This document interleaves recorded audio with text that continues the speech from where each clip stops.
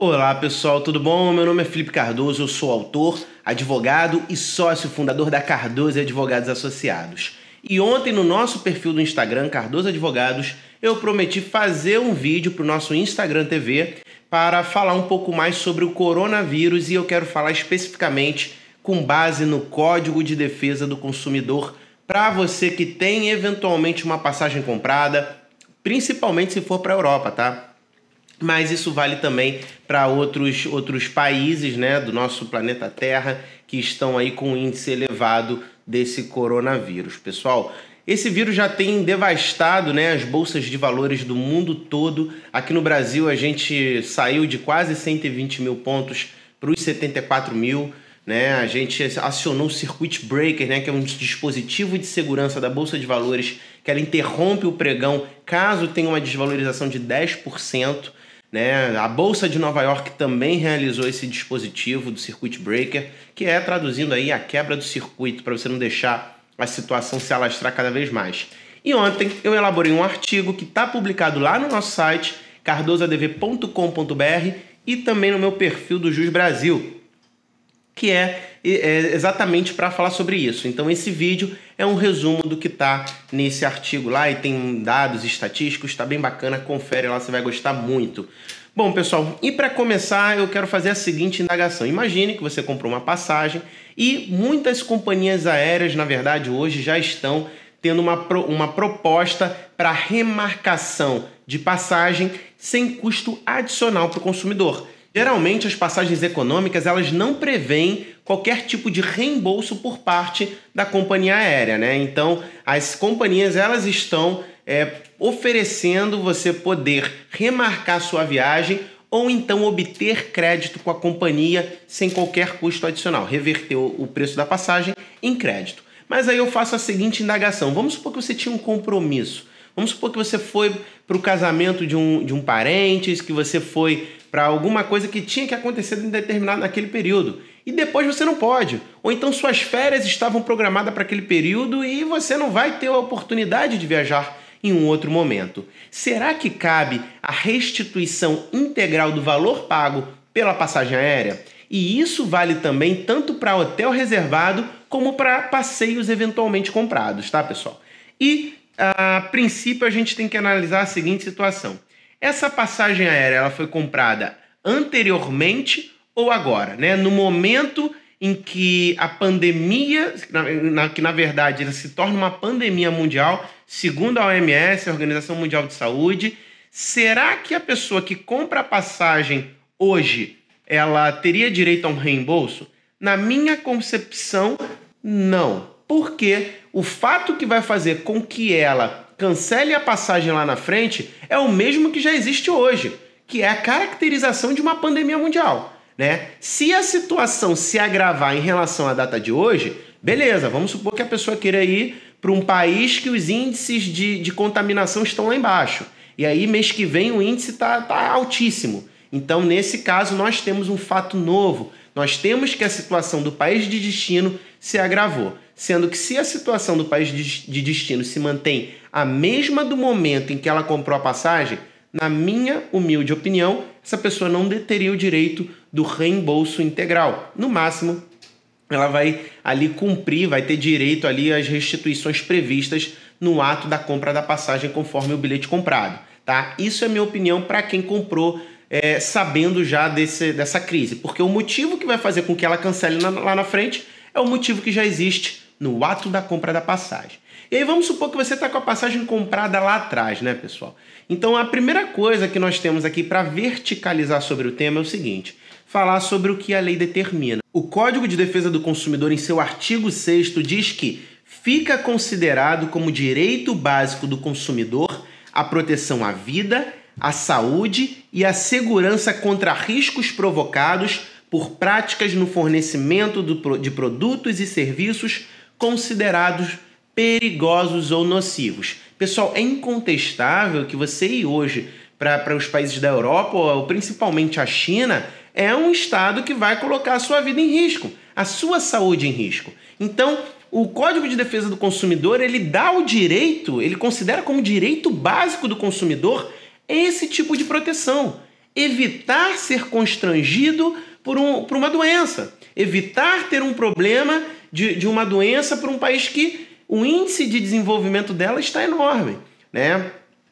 Então, isso fica marcado no artigo 6º do Código de Defesa do Consumidor, a Lei 8.078 de 1990, de que é direito básico do consumidor não viajar, né? Eu entendo dessa forma, porque a gente está falando de viagem, então é direito básico do consumidor não viajar, justamente porque ele tem o direito da preservação da vida, né? Temos que analisar também, pessoal, que o consumidor, né, nas relações de consumo, essa pessoa ela é considerada vulnerável em relação à empresa. Ela está geralmente num estado de vulnerabilidade em relação a uma companhia, né?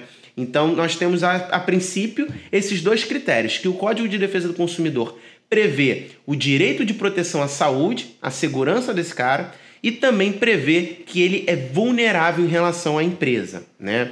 E aí nós temos também que analisar o que diz o artigo 49 também do nosso Código de Defesa do Consumidor, que autoriza, aquele artigo que a maioria de vocês já conhecem, o cliente a desistir do contrato no prazo de 7 dias a contar da assinatura ou do ato do recebimento do produto ou serviço, sempre que a contratação de fornecimento do produto ou serviço ocorrer fora do estabelecimento comercial, especialmente por telefone ou a domicílio, o que hoje em dia sempre tem sido comum, né? Geralmente você compra passagem aérea pela internet.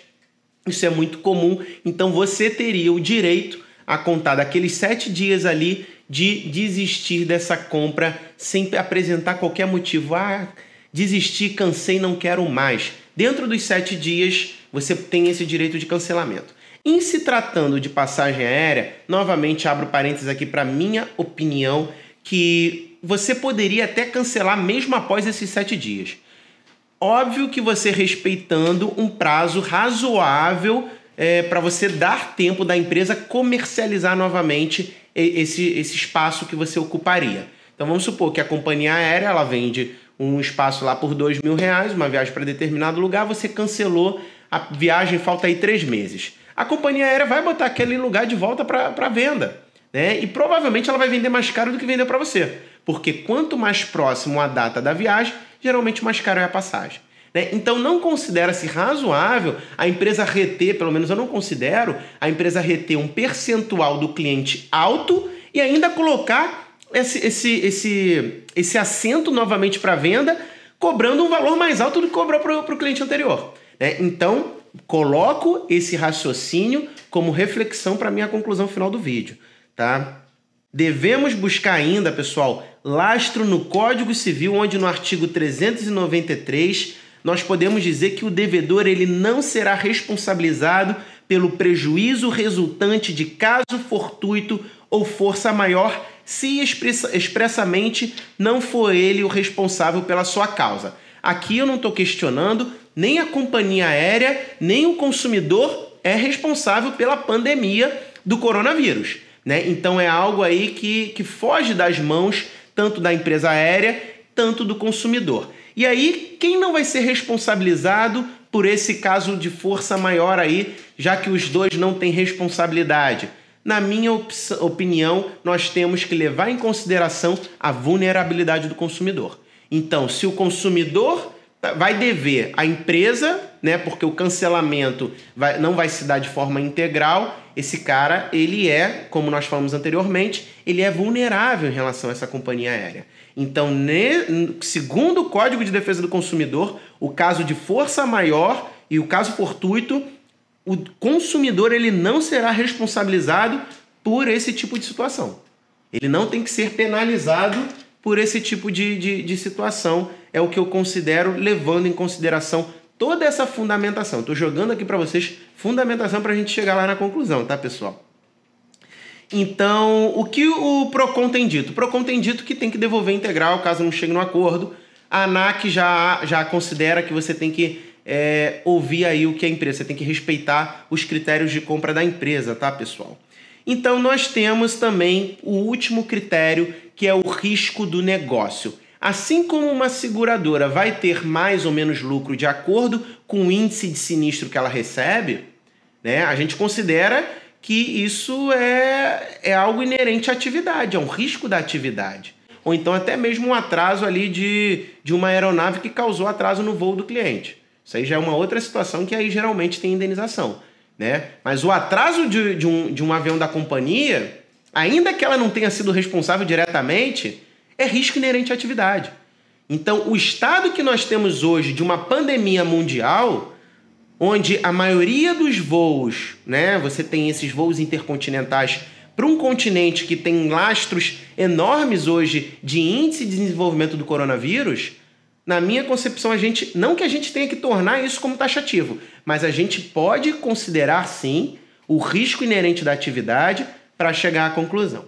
Então, agora aqui falando mais sobre a conclusão que eu tenho sobre o tema é a seguinte: se você comprou a sua passagem antes da caracterização dessa crise, né, e a sua passagem justamente para um momento posterior aonde a Organização Mundial de Saúde diz que é uma pandemia mundial, na minha concepção você tem total direito de restituição integral da sua passagem aérea, do seu hotel e do seu passeio lá que você adquiriu nesse país, né? Segundo todos esses critérios que eu estou colocando aqui para vocês, tá, pessoal? Vamos supor que você compre sua passagem hoje, né? Então aí eu acho que você já está meio que contribuindo pro caso fortuito, né? Você está contribuindo aí para uma possível contaminação, né? Então, eu acredito que se você comprar passagem hoje, é como eu falei anteriormente, é quase que como nós temos no direito penal, né? O estado de o dolo eventual, a culpa consciente, você está ali meio que assumindo o risco em relação a isso, né? E é claro que a gente tem que levar todas essas situações em consideração, pessoal, porque uma última indagação que eu tenho é que, poxa, será que eu só vou ter direito à restituição integral caso uma Organização Mundial de Saúde venha decretar como um estado de pandemia, né, mundial? Será que em outras situações não poderia? Aí a gente tem que analisar caso a caso, considerando, obviamente, a questão da razoabilidade. No momento que o cliente comprou aquela passagem, tinha algum surto ou uma guerra que se instaurou?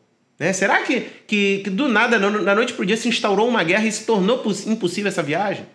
Né? Então, a gente tem que considerar o momento em que o consumidor comprou a passagem, os atos que aconteceram e, é lógico, levar em consideração a opinião, os pareceres das organizações de saúde. Bom, pessoal, então na minha concepção, dentro desses critérios, o consumidor tem sim o direito à restituição integral da passagem aérea, levando em consideração toda essa fundamentação que eu trouxe para vocês. E você, comprou uma passagem? Está aí tentando, está guerreando com a companhia aérea para fazer esse cancelamento? Diga aqui nos comentários o que você acha e se você já passou por uma situação parecida. Pessoal, vou me despedindo agora. Se inscreva no nosso canal do YouTube, se inscreva no nosso Instagram, mais de 40 mil pessoas seguindo. Acesse nosso site. Um bom dia, uma boa tarde, uma boa noite a todos.